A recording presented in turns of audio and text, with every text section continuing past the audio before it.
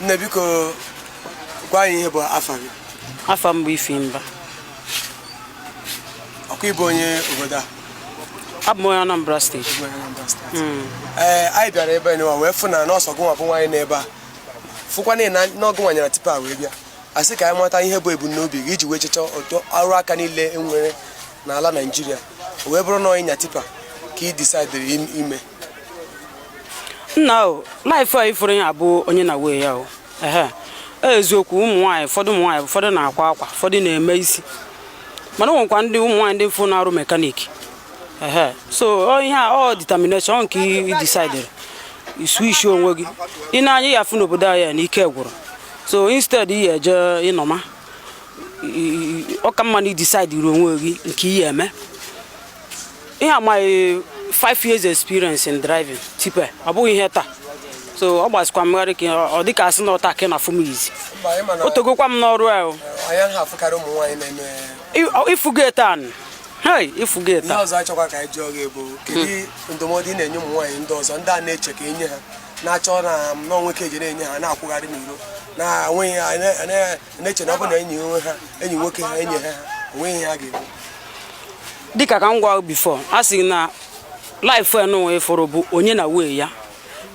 So mụnwa aha enye ụmụ nwaanyị ndụmọdụ ka ha jekwa bụ tipa anyamahụ maka na ọ bụghị ntu o si ike ka o si wee kem ma ndụmọdụ m nwere ike inye ụmụ nwaanyị ibe m mbụ na nkịtị adịghị mma ọnọ. Ndị oyibo soro n'oyibo si na idle man is in a devil workshop ọkụ ya ọ dị nwaadị. So o kwesịrị ka nwaanyị ọbụla nwee ihe ọ na-eme. Ọ bụzie na a na-enye gị enye ọ bụzie na a na-ehepụ gị mebi na nke a karịzịrị gị ehepụọ gị. Ọ bụ ndụmọdụ ị na-enye ụmụ nwaanyị ndị a kwesịrị na ụmụ nwoke ji na-enye ha. Kedu ndụmọdụ nwere ike inye ha? Nna dịka m si wee gwa gị before na this life efuru bụ onye na wee ya. So mma enye ụmụ nwaanyị ibe m ndụmọdụ ha ji enyama tipa maka na chi na ibe abụghị ofu.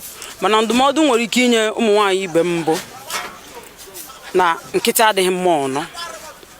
Ghọtago onye ọbụla nọ n'ugbu a ịbụ nwoke ịbụ nwaanyị kwesịrị inwe ihe ị na-eme nọ ihe abụ ihe na-eme. Then most especially ụmụ nwaanyị o kwesịrị inwe ihe ị na-eme. Ọ bụzie na ịchọziri enyemaka ịmago nọ ka e nyere gị aka na ọ bụrụ na onwe dị ihe ị na-eme atọ.